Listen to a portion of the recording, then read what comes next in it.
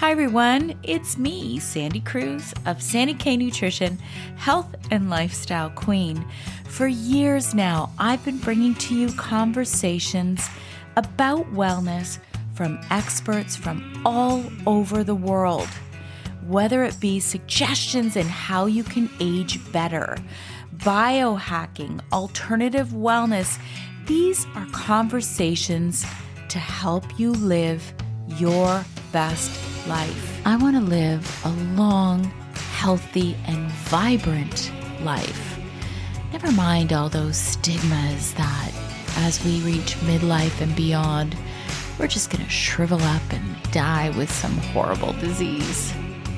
Always remember, balanced living works. I really look forward to this season. Hi everyone, welcome to Sandy K Nutrition, Health and Lifestyle Queen. Today with me I have Dr. Sarah Ballantyne. She is an award-winning public speaker, New York Times best-selling author, and a world-renowned health expert. She also recently released Nutrivore, and I have to say, I loved this conversation. Interesting. I released a podcast a few weeks ago with another Dr. Sarah. Her name is Dr. Sarah Berry. And both of these women, why I resonate so much with both of them is they speak to balance. And it took me a long time to get to this point. After losing my thyroid gland in 2011 due to thyroid cancer, I had to go through a lot to get to this point now. I was 41. I'm now 55. And I think I finally achieved that balance after trying pretty much every known diet. So this conversation is all about the science, of course, that always comes into play. But we also have some really honest and open discussions about food fear. And it's interesting because last week I released a reel on Instagram, and it was, listen, we all need to have in this space something that will gain some attention. So my tagline was, do you still think that kale will kill you? Okay. Now, some of you have no idea where that even came from. It came from a very well-known biohacker who said this. And I actually asked Dr. Sarah about this in the interview. And the reason I asked it is because, listen, no one is saying, and this is what happened out of that reel, is I ended up having to turn off the comments. And I did so because that comment triggered not so many. I actually stopped it after a couple of comments on my reel. I was like, okay, I see where this is going. And I just shut it down because it triggered some people. And the reason it triggered some people is because some people are on such an extreme side of nutrition, wellness, that they don't see the other side. And I think this might be a problem with everything in the world right now. So one thing I do is I will look at this whole, let's just look at kale. Sure, there's some people that can't eat it because of the oxalates. There's some people who avoid beans because of the lectins. Listen, I'm not saying that your journey means nothing. But what I'm saying and what Dr. Sarah says is that if you follow the science, the majority of individuals who don't have issues or pre-existing conditions find that their health gets better when they eat a balanced diet. So that's all, that reel was really saying. And it's weird how people will look at one little clip on social media and they'll immediately look at how that pertains to them personally. When that clip is meant to be shown to thousands and thousands and thousands, maybe even millions of people. So just something to think about. By the way, I am getting ready to launch my new short form podcast called Think About It. And it's 6 to 16 minutes long. You can gain access through my Substack, sandycruz.substack.com, SandyKruse.substack.com. The link will be in the podcast description. And the reason I created this short form podcast is just for something for you to think about. And sure, I may have some strong opinions in this wellness industry, and that's okay. I've earned it. But one thing I do say all the time is that your journey in wellness is yours and yours alone. And you always need to look inside of yourself before you believe anything. I'm writing a new article about experts, and I use air quotes here when I say experts in this area of wellness, because I think it's time for a new paradigm, a new, let's just say a new leg of wellness. We've got some pretty major extremes and it's like crowded. We just don't know who to believe. And really, the first person to believe is trust in yourself and how you feel about certain things. And then maybe you have a few trusted advisors. Maybe you go back to your doctor and create a better relationship with somebody who actually knows you and knows your history. This is how it used to be. I was reading some research about trust in our medical advisors, and I think we need to kind of go back to that a little bit, as well as use the external knowledge, as well as use our internal knowledge. And most of you know, it's always about balance, my friends. So follow me on Substack. All of my social media links will be in the show notes. I will also have the link to Dr. Sarah and all of her amazing resources. And please, please, please, if you do two things today, one will be to share this podcast either with a friend or share it on social media, share any of my content, my reels. And number two is go to Apple or go to Spotify if you like this show and rate it and review it with a few kind words. This little action, these two little actions just go such a long way for all the free content that I bring to you guys each and every week. Thank you so much. And now let's cut on through to this amazing interview with Dr. Sarah Ballantyne. Hi, everyone. Welcome to Sandy K Nutrition, Health and Lifestyle Queen. Today with me, I have a special guest, and her name is Dr. Sarah Ballantyne. She is a PhD, and she is the founder of Nutrivore.com. She's also a New York Times best-selling author, and it's of the Nutrivore book, and I have been diving deep into this book. It is the radical new science for getting the nutrients you need from the food you eat.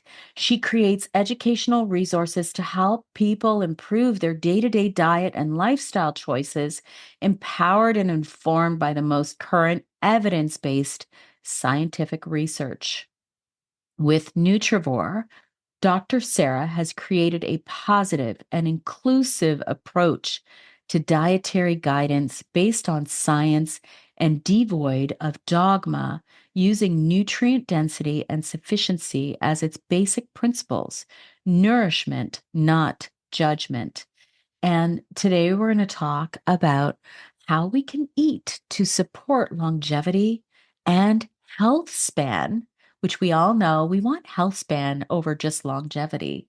And we want to remain fit without going on a diet. And This book speaks to me because I was actually saying recently in my Instagram stories, probably one of the most balanced books on nutrition I have ever read. And I kind of come from a place of restriction, people. Most of you know this who follows me.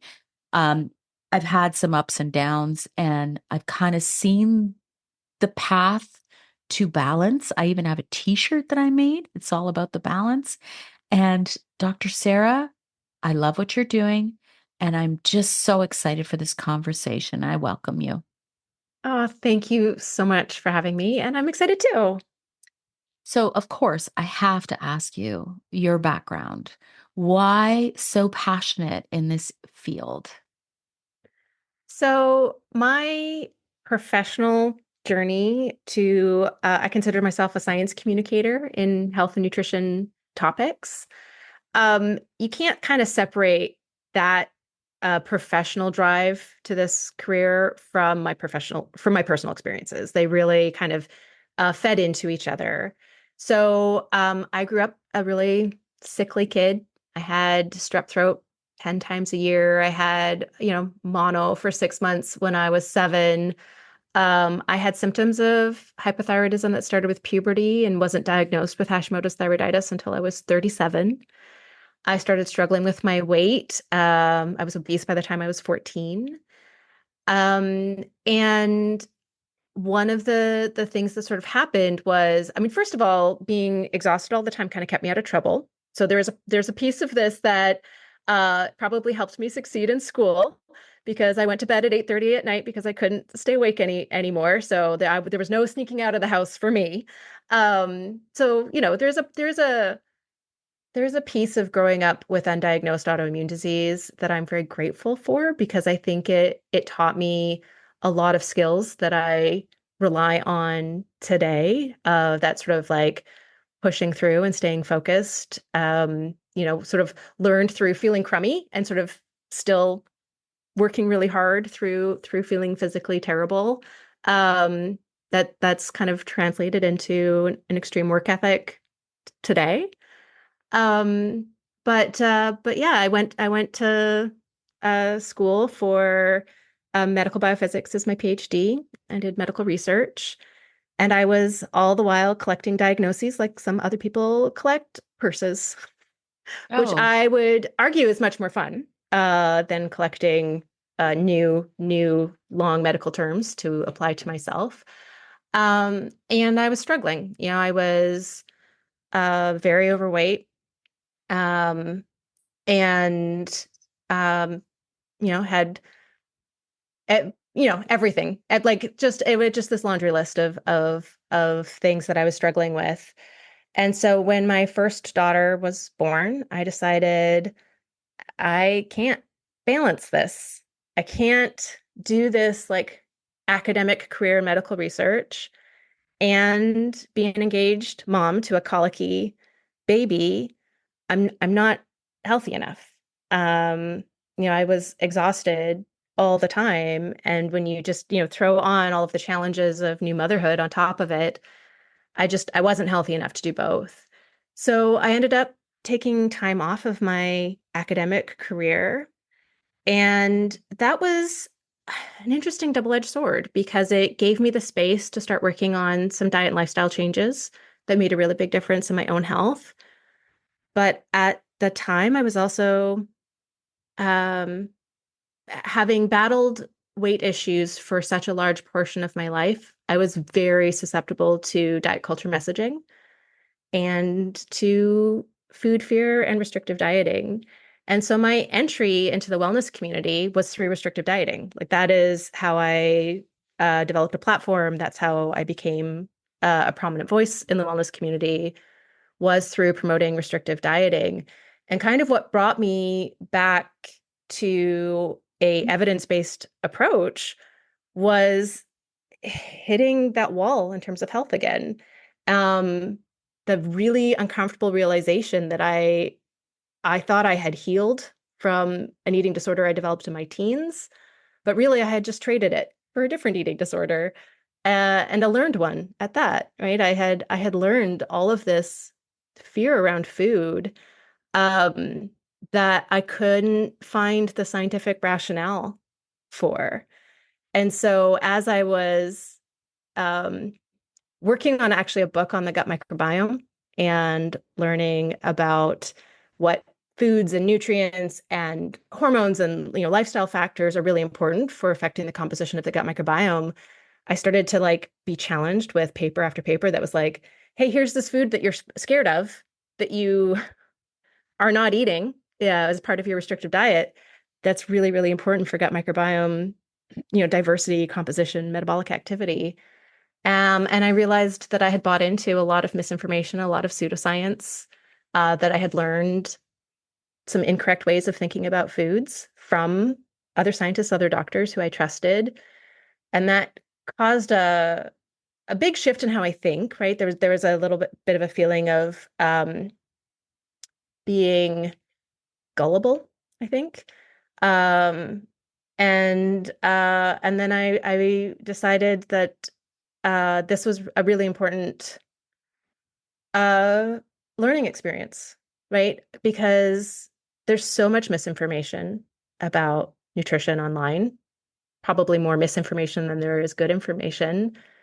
And if someone with a PhD in medical biophysics who is doing medical research can fall for it, everyone can fall for it. Mhm. And so part of creating Nutrivore is about sort of finding my way back to evidence-based nutrition recommendations, but also reflecting the psychology of that experience, right? So the harm of restrictive dieting, how restrictive dieting really drives uh, the sort of on again, off again diet roller coaster, how it actually increases susceptibility to developing disordered eating patterns and eating disorders.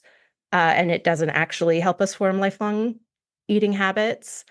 And everything I've sort of learned in this process of reteaching myself a bunch of things that I thought I knew about nutrition is all integrated into how I communicate Nutrivore. So Nutrivore is just the goal of getting all of the nutrients our bodies need from the foods we eat. But because most of us don't know what that looks like, we can't intuit a nutrient dense diet. Maybe we once could, but we've all gone on so many different diets over the years that we don't know what a nutrient dense Mm. balanced diet looks like anymore. So Nutrivore is as much about teaching people the nutritional sciences education to not just like inform day-to-day choices so we can choose more nutrient-dense foods, but it's also about putting an end to diet culture, putting an end to the nutrition misinformation that is harming people's health by teaching them to fear health promoting foods. What you speak about really, God, it aligns with me so much because I come from this world and I'm not slamming anybody because everybody has a right to, you know, pick their side, right? Yeah. Everybody has that right. And often what I find, because I will research things and I will look into things and then I'm like, okay, when I hear statements that are blanket statements made by people with a very large influence, like kale will kill you. Right. Okay. For me, before I'd be like, oh my God, kale's going to kill me. Oh my God, why? Oh, oh, maybe I shouldn't eat kale. So this is my mindset. Whereas I'm like, well, wait a minute. If I cook that kale, it's actually really nutrient dense. And if I don't eat that kale constantly and I eat it in balance with all other foods that are whole, real foods, it's okay. And then same thing with beans. Oh my God, don't eat beans, lectins. And I'm like, well, my mother grew up on beans. She's 78 years old. They come from farming. They're farming people, old country Croatia. Yep. So I'm like, she's done all right. So, Right.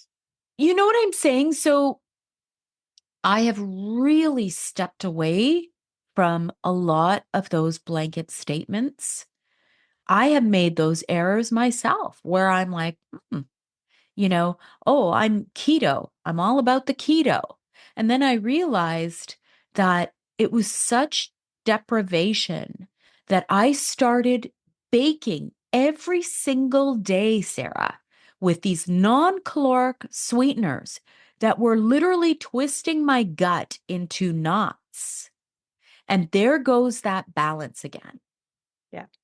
So, this is why I think what you're doing is so important. It's such important work because we live in this space of social media where we're getting hit with all this advice constantly. And very, I think, I want to emphasize the point you just made that it's very black and white, right? So it's very miracle food and toxic food, right? Like we don't really have language on the internet that describes food as anything other than these two extremes. But to expand a little bit on the fear, right? The kale will kill you. The oats, are the worst thing ever. Beans and their lectins. Because you know, I completely bought into a large portion of that. It's an interesting argument and one that I think is worthwhile kind of expanding because the argument for the oxalates in kale or the phytates in oats or the lectins in lentils as being problematic comes from animal model studies or cell culture studies. So it's like cells in a test tube in a petri dish, where they take the isolated compounds and typically look at like one disease state, right? So we'll look at one very specific biochemical pathway. And one of the things that those studies don't tell us is they don't tell us how the whole food affects the whole body. Mm. And it's really easy to see, right? And especially as somebody who came from academic research, was doing those types of mechanistic studies in the lab, I would look at these, fascinating studies at a, mouse model of colitis, and and you give them, the lectins from kidney beans, and oh, look, it increases these inflammatory markers, right? Like that to me was a really convincing argument. But the fact is, we are incredibly biologically complex. There's 49 essential nutrients, hundreds or thousands of other important nutrients that are technically non-essential, but we're still healthier when we consume them. And foods are fantastically complex. They're not just one compound. So those same foods have a variety of other nutritive compounds that are supporting those same biological systems. And so it's really important to look at not what one compound does to one system, but what the whole food does for the whole us. And that's the shift in my thinking that I've made over the last 6, 7 years is not looking at completely different types of studies. So instead of looking first to the animal model studies and the cell culture studies, looking at the intervention studies where they have one group of people eat this food and another group of people not, or the large population studies, and then you look at the mechanistic studies to understand like what how does this explain a phenomenon we see in humans, but you have to test whether or not that phenomenon exists in humans. And the fact is, for all of these foods for which there's so much food fear on the internet, is when you give people those foods, they get healthier. They don't get more inflamed. They don't get more diabetes. They don't get more cardiovascular disease. They get less. And that's because all of those foods are packed with other things than the one thing we're being told to be afraid of, the oxalates, the phytates, the lectins. And so it's, I think, part of how these myths take hold online is because we don't get taught basic nutritional sciences in school. But if we did, if we graduated high school with just a base knowledge, right? The same kind of amount of knowledge about nutrition that we have about grammar, right? Or algebra, we would be able to see that and go, okay, yeah, but kale also has tons of vitamin C and vitamin K. It's got some folate and some biotin. It's got lots of really important fiber. It's got this super cool class of phytonutrients called glucosinolates that reduce risk of cancer and cardiovascular disease and neurodegenerative disease like Alzheimer's. So, what is the balance between all of those important nutrients and oxalates? Who needs to worry about oxalates? right? It's people with inflammatory bowel disease, with a 1 in 3 million frequency genetic predisposition to oxalate metabolism disorders. And it's people with chronic dehydration who are prone to kidney Kidney stones, stones. right? So let's look at the context, right? The context is, yeah, there's a group of people who do need to worry about dietary oxalates. For the vast majority of us, our body's really good at controlling oxalate metabolism. We control how much we absorb from our digestive tract. We control what happens to it, where it goes. Most of the oxalates in our body are ones that our bodies make, not what comes from our food. And so like, that biology knowledge, because we don't have it, it's so easy to see this argument that's focused on this like really narrow one biochemical pathway and go, yeah, oh, look at the papers that support that argument. Yeah, this must be true. Now I have to be terrified of kale. And it's why I care so much about creating that knowledge base for people to be able to not just understand like what nutrients do in the body, what types of foods have what types of nutrients, the relative proportion of those foods to eat to get the full range of nutrients that we need, right? What are the small changes I can make in my food choice to get more nutrition? But like also, what is the knowledge base I need to be able to see that argument online and go, that can't be right? Like whether or not I understand all of the different biological pathways, that I don't need to be able to understand all the details. I just need to have a big enough base of knowledge to be able to go, I feel skeptical about that. That doesn't feel right. I'm going to look that up, or I know the person I'm going to ask the more detailed question to be able to understand that.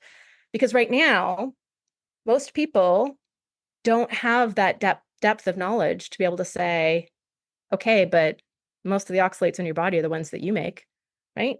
We just Yeah. hear oxalates, kidney stones, or oxalates, crystallization in our joints, joint pain, right? We just hear these arguments, and it sounds scary, and uh, and most people are looking for a reason to not eat kale, so it works, right? Like, tell me to be afraid of a bitter food, okay? Um, and I think it's you can see that in all of the resources that I create is my sort of path through believing a lot of that misinformation really informs how I talk about food. So I talk about food very positively, but I can't tell you about the benefits of kale without busting the myths about kale that are out there as well. So I really have to try to integrate. Yes, look at all these great things that kale has, but also, yeah, don't worry about the oxalates unless you're one of these people, right? Like Right. bringing that context and nuance to the conversation as well, so we can get out of black and white and start talking about where everything actually is, which is in the amazing world of gray in the middle. I love that you mentioned the whole critical thinking aspect because I think people are too quick to just say, oh, I can't eat this, as opposed to just going back and going, let me look into this and see why this person said this. And I love that. And then I have to mention, I'll never forget when my kids were in high school and they came home, and it was almost like you'll laugh, their way of rebelling against their Mm, nutritionist mother is to come home and say, oh, we learned in school today that meat is bad and that Beyond Beef burgers are better for you, and that you are not supposed to eat any saturated fats ever. So they'll come home and they'll tell me these things that they actually are being taught in school. yeah. And so Yeah. I mean, they get a 1 week nutrition module as part of their 6 week health course once in high school.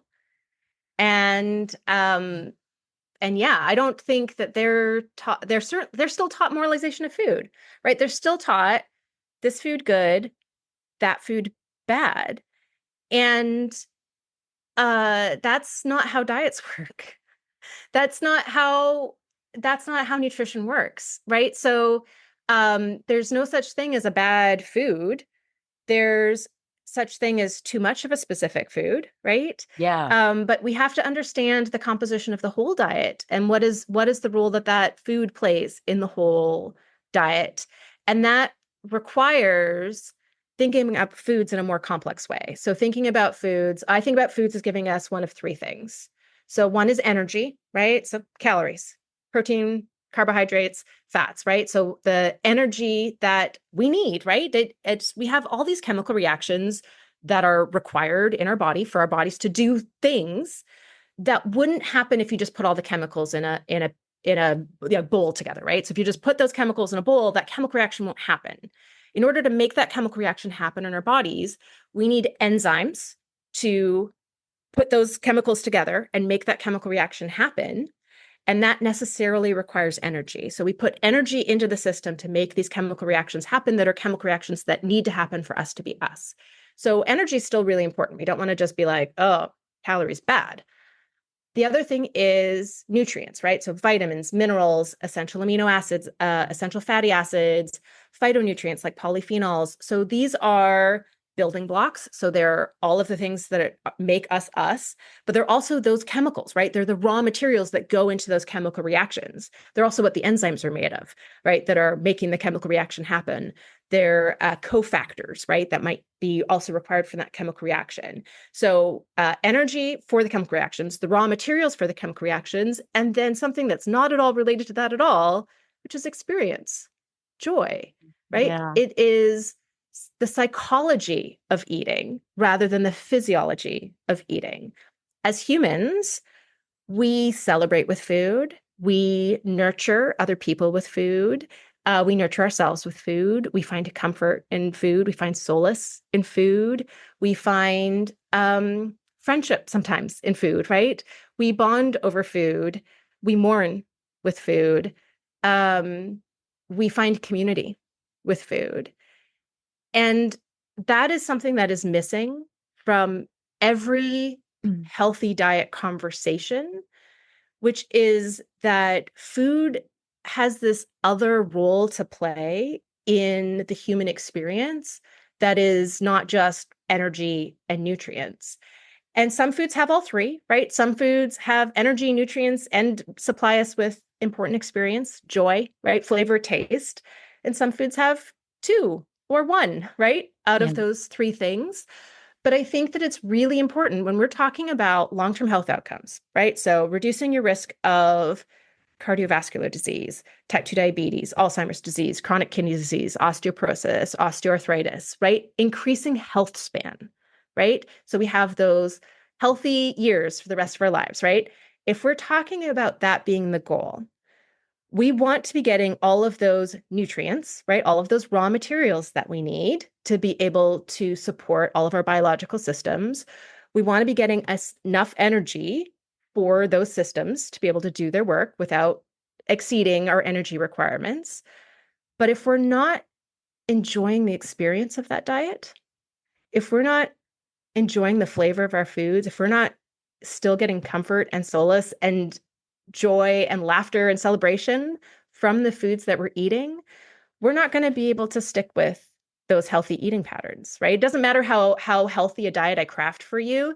If you don't like the flavors you're eating, you're not going to stick to it. Yeah. If you're thinking about that way of eating in terms of restriction, if you're thinking about the foods you're missing, you're not going to be able to stick to it. It has to be permissive. It has to necessarily make room for those foods that hit all of those, comfort and joy buttons. Like those are really important tools to be able to get enough joy from an overall healthy diet so that you can stick to it for the long term. Because if you can't stick to it, it's not going to do its job of reducing risk of long-term health problems. It has to be sustainable. And to be sustainable, it has to be tasty. It has to fit our budget. It has to fit our time and energy requirements to prepare food, right? It has to meet our flavor preferences.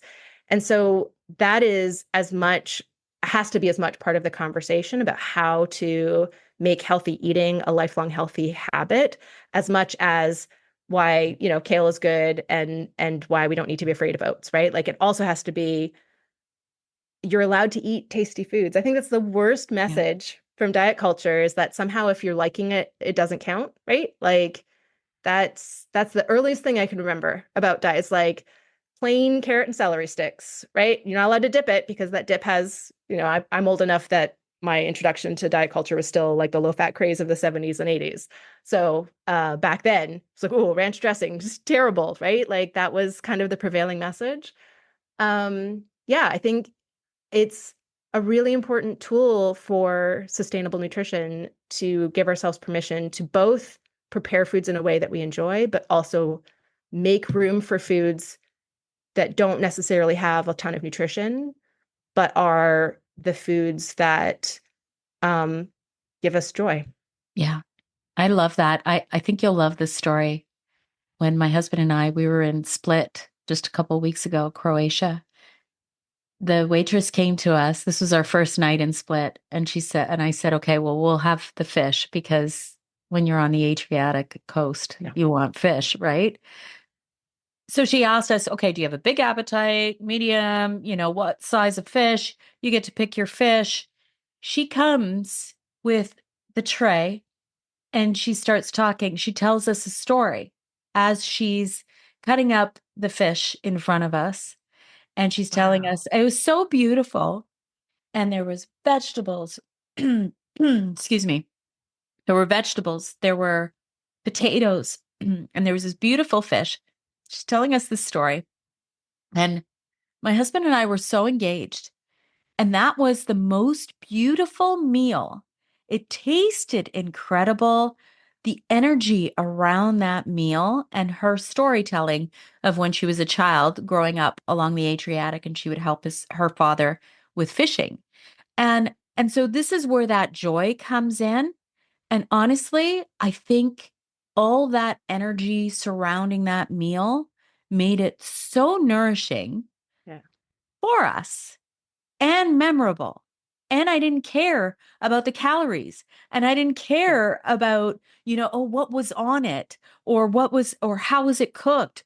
Or, oh my gosh, I can't eat potatoes. It's too high in carbs. None of that was in my head at all.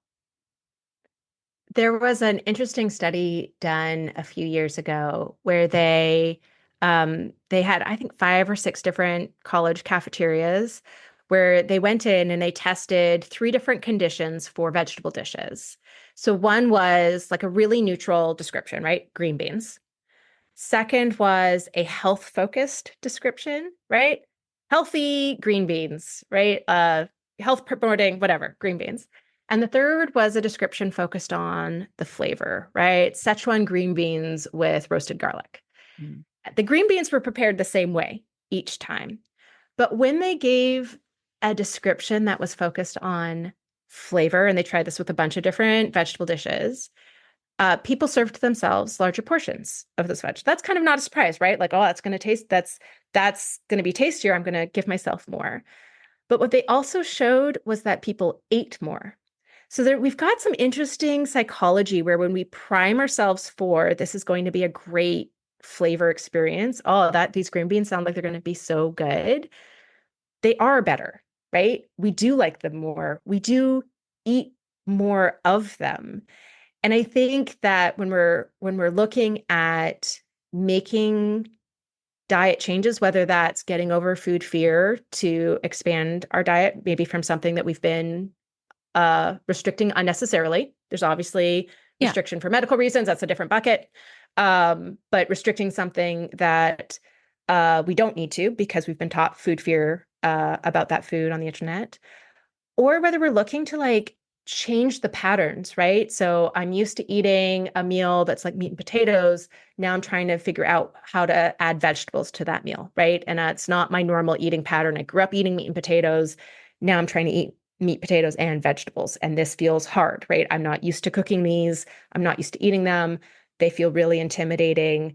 Like I only know 3 vegetables and that, but there's actually 80 different ones for me to choose from the grocery store. It feels overwhelming.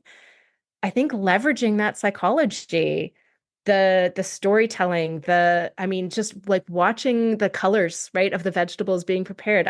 I and like doing that, I don't know, even if it's just giving things a jazzy name, right? So that we're expecting a great flavor experience while we're preparing that dish. I think it's such an important um aspect of the psychology of diet to be able to leverage to make change sustainable. I mean, that just expecting something to taste good when it looks delicious, it actually will be more Yeah. delicious. Like it's a really interesting sort of manifestation of the expectation. I agree. I agree. I'm really, I come from that, as you know, that place where this is bad, this is good. And I find, and this is, I know this isn't a conversation about weight, but I find when there's a lot of heaviness around a meal, and by heaviness, I'm speaking about, oh crap, if I eat this, I'm going to gain weight.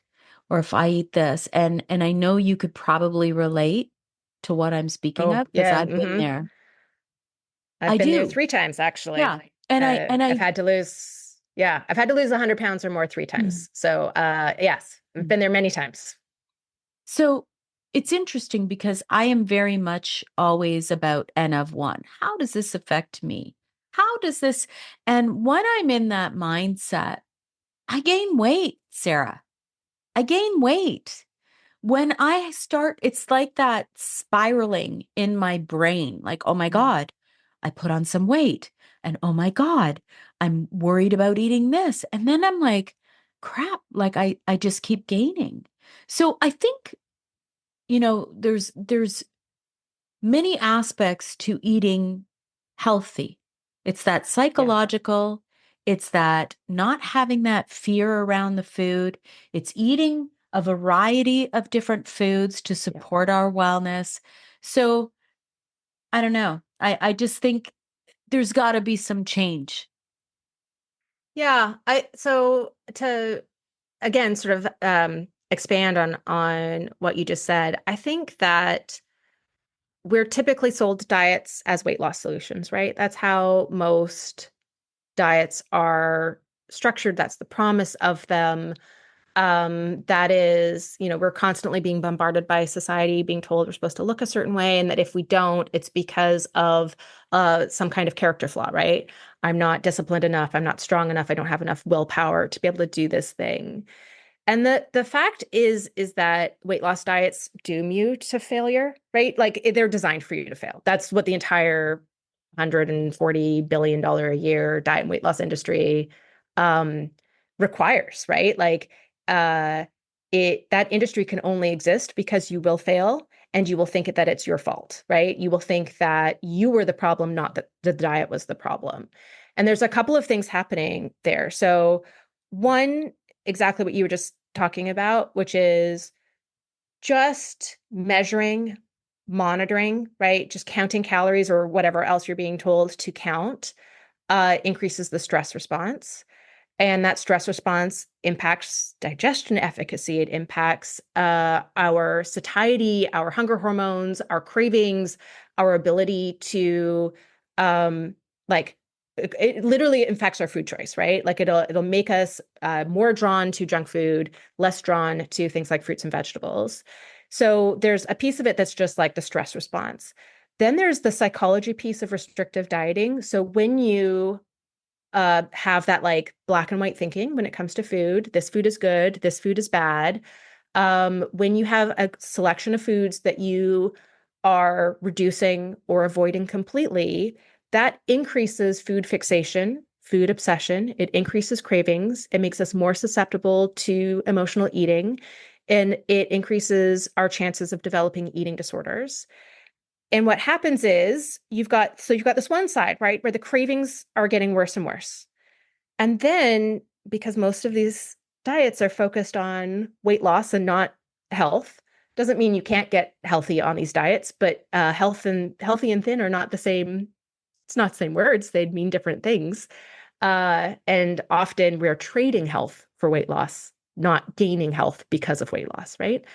So when you have a too high energy deficit, which most of these diets promote, because that's how you get your 10 pounds in the first week sales promise, is that causes a couple of physiological adaptations. So one is increase in the hunger hormone ghrelin. So Mm. you feel hungrier between meals and less satisfied after you eat. And another one is a drop in metabolism, and that's both through a lowering of the basal metabolic rate, uh, directly through suppressing our thyroid. But the other one is a really interesting adaptation, which is a decrease in non-exercise activity thermogenesis. So literally, we fidget less when we're eating fewer calories. We will start to find ourselves less motivated to run up the stairs to grab something, right? Just like, no, I'll get it later. Or we'll see a mess on the floor and we're like, ugh, I don't have the energy to clean that right now. Um, we basically burn fewer calories through all of the movement that we do throughout the day that's not exercise. And it's our body's way of like conserving energy, right? There's not enough calories to go around. Our bodies are going to fight it, right? We're trying to survive a famine, right? That's what our bodies think's happening. But if you combine increased hunger, this like weird, like, I mean, a lowered metabolism doesn't feel good, right? You feel tired and sluggish. That's going to feed into cravings as well, right? When you feel tired, you're like, where's my sugar? Where's my pick me up? Yep. Right? Where's my thing? And then you've got obsession and fixation and cravings for the foods that you've restricted. There's no person in the world who can do that a long term, right? That is exactly the recipe for, okay, fine, I will give in. Or maybe it didn't even feel like a choice, right? Maybe it just like all of a sudden, wow, that's 3 slices of pizza in.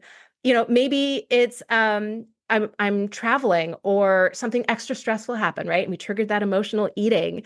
We hit that moment of what's technically called disinhibition, right? It's the technical term for falling off of the proverbial wagon. And then it feels like nothing's in our control, right? All of our behaviors are unraveling. And diets do that on purpose. That's how every diet is designed. It's sold to you as a weight loss solution, but really it's going to drive the yo-yo. It's why maintaining lost weight is so challenging. And it's just this is, I mean, 50, 60, 70 years of us being sold that we're the problem. Mm. Meanwhile, this industry just keeps growing. So we'll buy the next diet, the next book, the next supplement regime, right? The next whatever program. And that is, if I can change anything about how we talk about food, that's it. That's right there. Right there. Because there's lots of eating patterns that we can adopt that will cause our and lifestyle factors that will cause our bodies to normalize to a metabolically healthy size. Mm-hmm. And things like eating more vegetables, right? Making sure we're getting good quality protein foods that can be lean meats, it can be seafood, it can be plant proteins, right? Eating more plant foods than animal foods, getting those healthy fats, right? Like those eating patterns, more whole foods, right? Foods that take more time to chew are more satiating. Higher fiber foods, higher protein foods are more satiating, right? Balanced meals where we're getting all of our macros, those are more satiating. That optimizes digestion. We can like make those changes along with active lifestyle, getting enough sleep, reducing stress, right? Getting vitamin D levels in check. Like there's lots of other like little tidbits that instead of trading our health for weight loss, are lifelong healthy habits that will improve our health, improve our longevity and our health span, and typically help us achieve a metabolically healthy body size. That doesn't necessarily mean it's like the same number as society is telling me that I need to be, right? Because Yep. I don't think a lot of us have I don't think we have the what a healthy body looks like in our head when we're thinking about what we want. I think we often have underweight in our head as what we think we want because that has been the beauty standard for so long. But that is right. That like it's almost no. It's I mean it's really like giving up dieting as the path to finally reaching our health goals. And it's why I think I mean I really try to communicate Nutrivore concepts in a weight inclusive way because of just how toxic and triggering this messaging around weight loss diets are for so many people. Um, but I think that's the most important thing we can do in this conversation is say, this is why restriction's bad. This is why food fear is bad. It's actually going to make it harder for you to reach your long-term health goals and your short-term health goals for that matter than simply viewing foods positively, understanding, what a balanced plate looks like and what the different foods are that are going to supply the different nutrients and then still finding the joy in food. Like that is the path to getting off of that diet roller coaster. Do you know who Dr. Richard Johnson is? I don't know if you No, know I who do he is. not. Okay, so he is, I'm going to mess up. I don't know his exact title, but we recorded a couple of podcasts about sugar, Hmm. and that's his specialty is sugar. And it was so fascinating to me because him and I were talking about longevity. And he said to me, the research shows that when you have a slightly higher BMI versus frail and in this perfect BMI, you actually have better longevity than the Yeah. person who's frail. And so I think he was speaking not obese. He was saying, BMI of 27, 27 and a half. And that's what the research is showing. So I find it really interesting because I know a lot of people who are, this perfect body, this perfect BMI. And by the way, I personally don't really subscribe to the whole BMI thing. I think Yeah. there's too much missing from that BMI. However, I would like to get a little bit into this restriction around menopause. Mm. So, you know, women, and I'm definitely, I've done this. It's like I'm chasing my old body, chasing Yeah. my old self. I'm very short. I'm only 5'2", and throughout the majority of life, 115, I've been down to 100 pounds. Like I'm a little person. Then I hit perimenopause and lose my thyroid at the same time. So after having two kids, so I'm like, yeah, like I don't even know who I am. But that's my story on, and I think I had definite, body issues way before that. Hmm. I've read journals and I'm like, I know I've had Yeah. issues. But my point is, everyone says that once you reach around midlife and a little older, it's harder to absorb. We develop other issues like maybe low stomach acid, so it's harder to get those minerals and extract the minerals from the food. And so then on top of it, you're seeing a lot of restriction because these women are saying, "Oh, I want to have my 35-year-old body back." So I would love to hear your take on all of that. Yeah. So, um, exactly the research that you quoted, there's actually a fairly large body of scientific literature showing that being a little bit heavier than what is the conventional norms is the most protective. And so that's typically like the overweight BMI category. But somewhere in the like higher end of normal range Yes. to middle of the overweight range Yeah. is sort of optimal. And that's for most people 15 to 20 pounds higher than their goal weights, right? Like 30 pounds higher than their goal weight is kind of the way to think about it as being optimal. And that's because the there's a lot of regulation that happens with our energy stores, right? So our energy stores are also endocrine organs, right? There's a lot of there's a lot of systems that actually are impacted by the hormones that our fat stores are producing. And so we don't necessarily want to minimize that, right? Like our bodies are very much designed to be in a happy medium.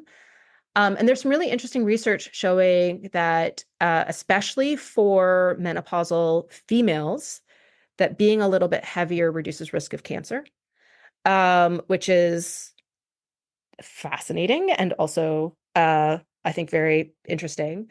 But we also want to make sure that we're building muscle mass, right? So, like, especially going in, if you can, I might not, if, whatever period of time we're in, but if you still have time to go into perimenopause with higher muscle mass, that is preferable. Simply because females on average lose 10% of their muscle just during the perimenopausal period. And then everyone basically by age 60 has increased loss of muscle mass. It becomes harder and harder to put on muscle. And that increases risk of frailty, that increases risk of falling. And if you combine that with also loss of bone mineral density as we age, which is another thing that's happening in perimenopause and menopause, but another thing that's happening for everyone over about the age of 60.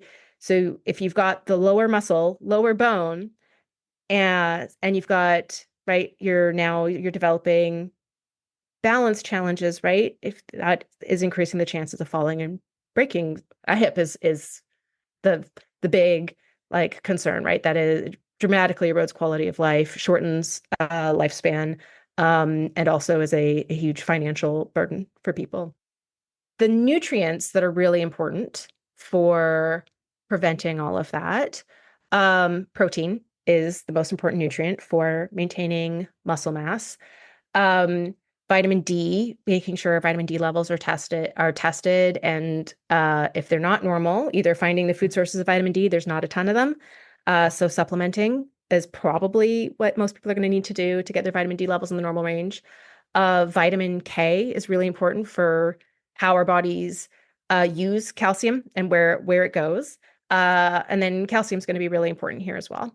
And those are going to be the nutrients that are going to help improve bone density, muscle mass.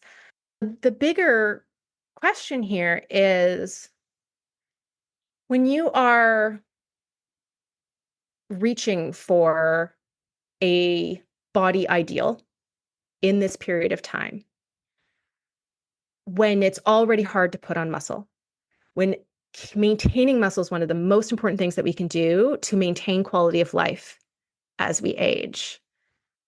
When the vitamin and mineral dense foods become the foods that we're more likely to cut out, it's pretty hard to lose weight and not lose lean mass.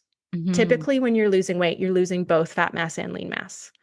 It's one of the reasons why yo-yo dieting is so harmful.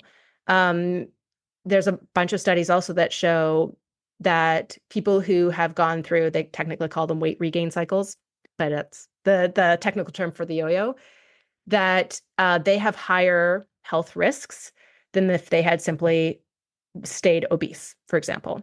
Because what happens with every one of those cycles is you lose fat mass and lean mass. Muscle is a lot harder to put on, right? It requires eating enough protein. It requires being active. It requires, right, even doing like strength training type activities to put that muscle back on. And typically it's easier, especially in a energy surplus from our diet, it's easier to just put on the energy storage, right? Rather than the muscle mass. So each time you go through one of those cycles, you are losing muscle and fat. And then when you go on the upward trajectory of the yo-yo, you typically put back on more fat than muscle, and that shifts body composition towards a less metabolically healthy body with each cycle. That's even more true as we age because our hormone environment now is making it even harder to put on muscle. So we're going to lose more muscle if we're working to lose weight, and we're going to have a harder time putting it back on the other side. And so I think it's why I really think if we can just change the whole conversation from weight to health, right? We can focus on eating more protein, right? Getting those calcium-rich foods, those leafy greens for the vitamin K, making sure vitamin D levels in check, right? Those nutrients that are really important for supporting musculoskeletal health through aging, which is one of the most important systems to support for like function, right? So that you don't need help to go to the bathroom, right? Like things that I think maybe we're not thinking about as early enough, but it's something that I really care about. Like I want to maintain my independence for as long as I possibly can. We can shift those food choices to make sure that we're getting those nutrients to support those systems, focus on the activity. The recommendations are 150 minutes of moderate intensity activity per week. That can be a brisk walk. It doesn't have to be going for a run or playing tennis. It can be pickleball. Um, but also strength training twice a week and balance training twice a week. Hmm. And those things become even more important as we age to maintain strength and maintain balance. And then I would argue that matters a whole lot more than whether or not I fit into the same pair of jeans I did in my 20s, right? Um, but also that focus on health. What's really cool is studies show it's never too late to get a health span and longevity boost from making healthy diet and lifestyle changes. Um, there was one study, it was sort of a theoretical one, so it was like doing these calculations, but showed that if you had a perfect diet and lifestyle at age 20, males could add 13 years to their lifespan and females could add 11 years. But if you made those same changes at age 60, you could still add 8 years to the Hmm. lifespan. And if you Oh, made those same changes at age 80, you could still add nearly 3.5 years to the lifespan. So it's like oh. really never too late to make those changes. Those are the changes that are focused on health, not the changes that are focused on weight, right? Those are the changes that are like, hey, at this age, I care a lot more about maintaining my ability to, sit down on the floor and get back up again than I care about what size jeans I'm wearing. And I think, the more we can have that conversation about what we're trading, what is the trade? Okay, wait a minute. I'm going to go for function. I'm going to go for like what my body can do as a 80, 90, maybe 100-year-old if I'm lucky, right? Like that is what matters to me. And also it's okay if that's not what matters to you. If you have other priorities, that's also fine. But like let's have the full conversation so that we're understanding what the choice is here. I have to ask you, what do you think about all the research on the blue zones? Mm, I would love to hear your opinion because I know, having a father that's 87 and a mother that's 78 who still live in their own home. They still shovel their driveway. They go for walks every single day. My mom does her resistance bands. She does, like she does all of that. But I look at a lot. I learn so much. You know how it is when you're like 20 and you're like, whatever. They don't know anything. They don't know what they're talking about. yeah. And then and then now I really ask so many questions, Mom, like how did you live and what did you eat? And she tells me stories about how they would preserve apples from their farm and they would dig a hole in the ground and then they would cover it with hay and then like dirt or what, they had all these methods. Like they were quite smart. And so I also look at the blue zones and I think, wow, now that's not just longevity, but health span too. Yeah. It's all about the communities. I would love to hear your opinion on how. I know they're different zones and it depends on climate, and I understand that, but I would love to hear your take on it. So I think it's very instructive, right? But I do think we need to be looking at it holistically because it's not just diet patterns. So we can look at, what they have in common diet-wise is lots of plant foods, typically lots of seafood, right? So there's only one group out of all of the blue zones that's vegetarian. Um, and a whole foods diet, so moderate sugar, right? Just because the more whole foods you eat, typically those things are easy to moderate, but also a lifestyle in sync with the sun. They get more sleep than we do. And they tend to be early to bed, early to rise, which, provided that aligns with your chronotype, which it does for most people, is a much healthier pattern. There's studies showing that just having high variability in what time you go to bed increases risk of metabolic problems. They're also more active, but not exercise, right? So they move more, um, but they're not necessarily doing a lot of, they're not going to the gym, right? And pumping iron. They're not going for a run, but they're walking a lot. They're doing a lot of um, that type of, right, gardening that's, quite intense labor, Yeah, right? Like, that's that in and of itself, Sarah. Like this year, I'm like, I'm gonna do this all myself. And I was carrying all of the soil bags, and I'm like, there's my strength training. I yep. don't need like, and then Oh, you're gonna and it's laugh at fun this. too. Yes, it is. I And cannot think of a happier, like my happy place is digging a hole. yes, I love There's it. nothing better in life. Okay, you might think this is a little too far because nowadays everybody has somebody clean their house. But I'm like, no, I'm cleaning my own house. And I started because I'm also very meticulous and I was never really happy. So I'm like, why am I doing this? I'm going to just do it when I feel like I want to do it. And somehow I'm like, that's hard work. I have to Yeah, lug I around a think vacuum. I mean, it'd be interesting to look up the metabolic equivalent tasks of house cleaning, but I bet it's in the same range as a brisk walk. Like and gardening gets even higher typically, depending on exactly what you're doing. Yeah, A lot of these types of, well, chores, we'll call them chores, chores. are fantastic activity. And a lot of them will build like cardiometabolic health, right? So that your like heart rate, exercising, right? Your cardio. But a lot of them also are building strength and balance, right? If you're carrying a big bag of soil on one hip, that is challenging your balance, right? Yeah. Like that is part of it. It's why I like hiking. So I hike 3 to 4 miles every morning with my dog, and I'm like, it's building more lower body strength than upper body strength, but it's building strength and it's working on the balance, and then it's also my time in nature. It's my time in my own head. It's, my sunlight for the day, right? It kind of ticks all of those buttons, which are other things, right, that Blue Zone people have in common is much stronger connection to nature, much more time outside, and much stronger communities, Mm, much stronger social bonds.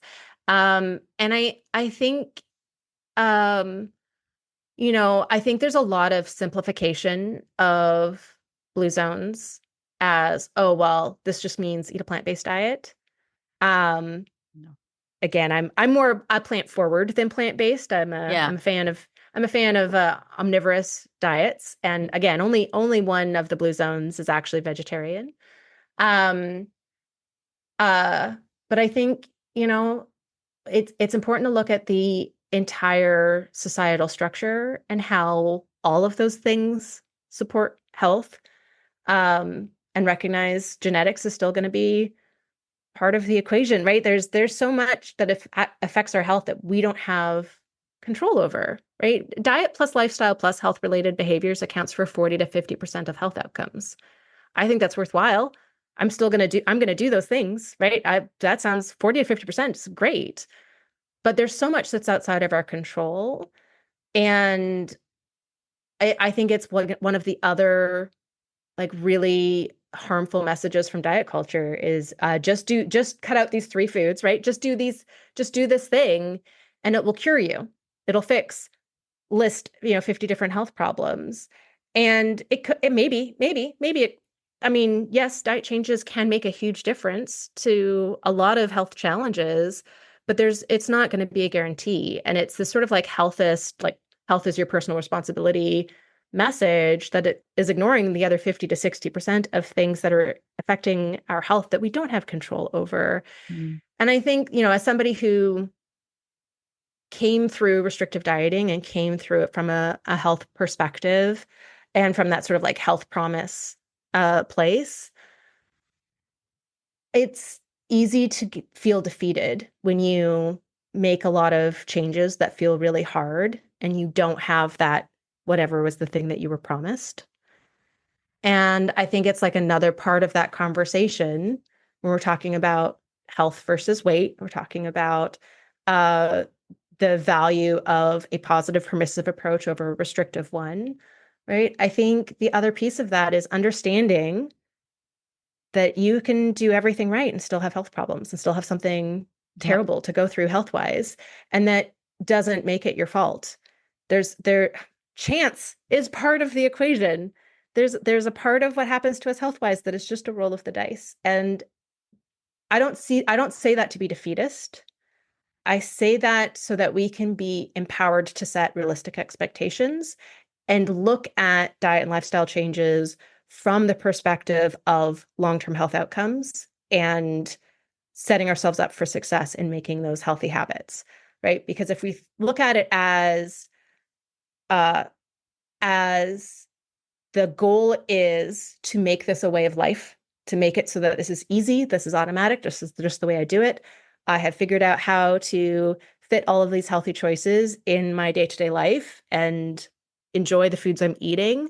When I can approach it that way with this like focus on sustainability, I can be liberated from that like urgency, right? So that the do this to fix this is part of that mindset of restriction and fear and it's perfect or bust. When we can give ourselves permission to kind of work on one healthy habit at a time, we're actually increasing the likelihood of, for reals, developing these long-term healthy habits that will improve our health span and lifespan. I like that you said sustainability Mhm. versus that whole yo-yo, I'm on, I'm Yeah. off, I'm on, I'm off. I in 2022, that's when I really had to figure out what was sustainable for me that supported my health. And Yeah. it all related to my metabolic health. So that's a big topic now, because as we all know, metabolic dysfunction and disease is rampant in North Mhm. America.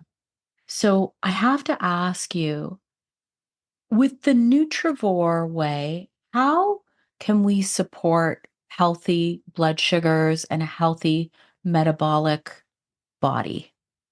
Yeah. So, metabolic health is kind of just built in. So, Nutrivore has suggestions rather than guidelines, right? It's very focused on the nutritionally important foods that we can add to our diets rather than anything to take away. So I often refer to Nutrivore as kind of living in between diet and anti-diet. So very focused on healthy eating patterns, but without having to restrict any food.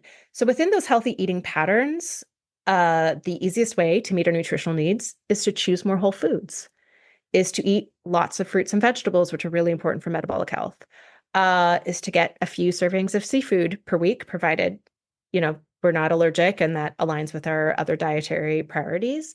If it doesn't, identifying the nutrients that we were going to get from that seafood that we can't get anywhere else, omega-3 fats, and supplementing accordingly, right? So, um, the within the sort of like broader Nutrivore educational sort of ecosystem, I have a variety of different um, sort of like tools to make it more formulaic for people who really like that, and different tools for different people depending on where they are in their health journey. So, one way would just be to focus on more whole foods, more fruits and vegetables, and higher dietary diversity. That would be a great starting place for a lot of people. I have something called the Nutrivore Meal Map, which is sort of crafting a nutritionally balanced plate, very still whole foods focused, still diversity focused, still fruit and vegetable focused, but gives a little bit more structure to each meal. And then I have something called the Nutrivore Weekly Serving Matrix, which gives daily and weekly serving targets for different food families that are nutritionally very important. All of that food focus are all things that improve metabolic health, right? So it's the nutrients that we need for all of those biochemical pathways. It is also, I mean, as soon as you focus on whole food sources of carbohydrates, you're focusing on slow burning carbohydrates, right? As soon as you use the Nutrivore Meal Map, you're getting your protein, fiber, slow burning carbs, and healthy fats at each meal.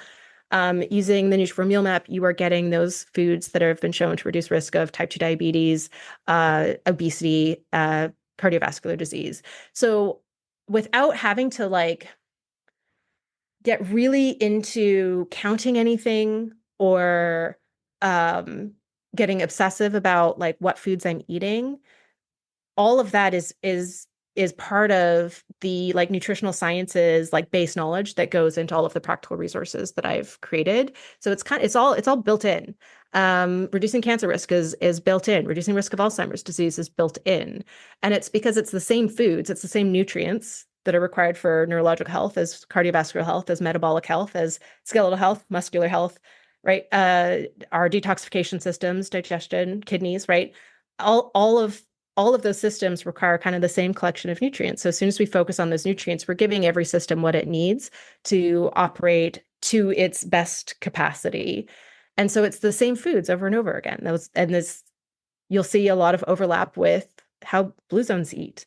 Mm-hmm. It's kind of a lot of the same ideas, right? It's the same science.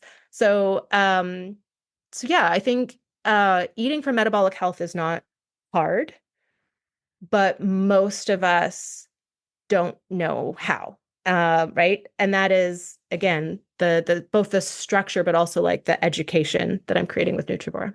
I love it. It's perfect. Please let us know, where can we find you? Where can we follow you? We already know your book is called Nutrivore, but Uh, let us know. yeah. So my book, Nutrivore, is available wherever books are sold and might be at your local library. So if it's not, you can always put in a request with a librarian. My home base is Nutrivore.com. From there, if you click the join button in the top right corner, you'll find a link to my free weekly newsletter and also links to my social media. But I'm at Dr. Sarah Ballantyne on TikTok, Threads, Instagram, Facebook, YouTube, and Pinterest. And I post content on all 6 of those platforms every single day, catered to the platform. So different vibes for different places because different things work on different social media platforms. And my entire website, Nutrivore.com, is free to use. There's hundreds of in-depth articles there so that you can start learning about different nutrients and what they do in the body and what foods have what nutrients and all of the nutritionally important foods to focus on some simple additions and easy swaps to get more nutrients.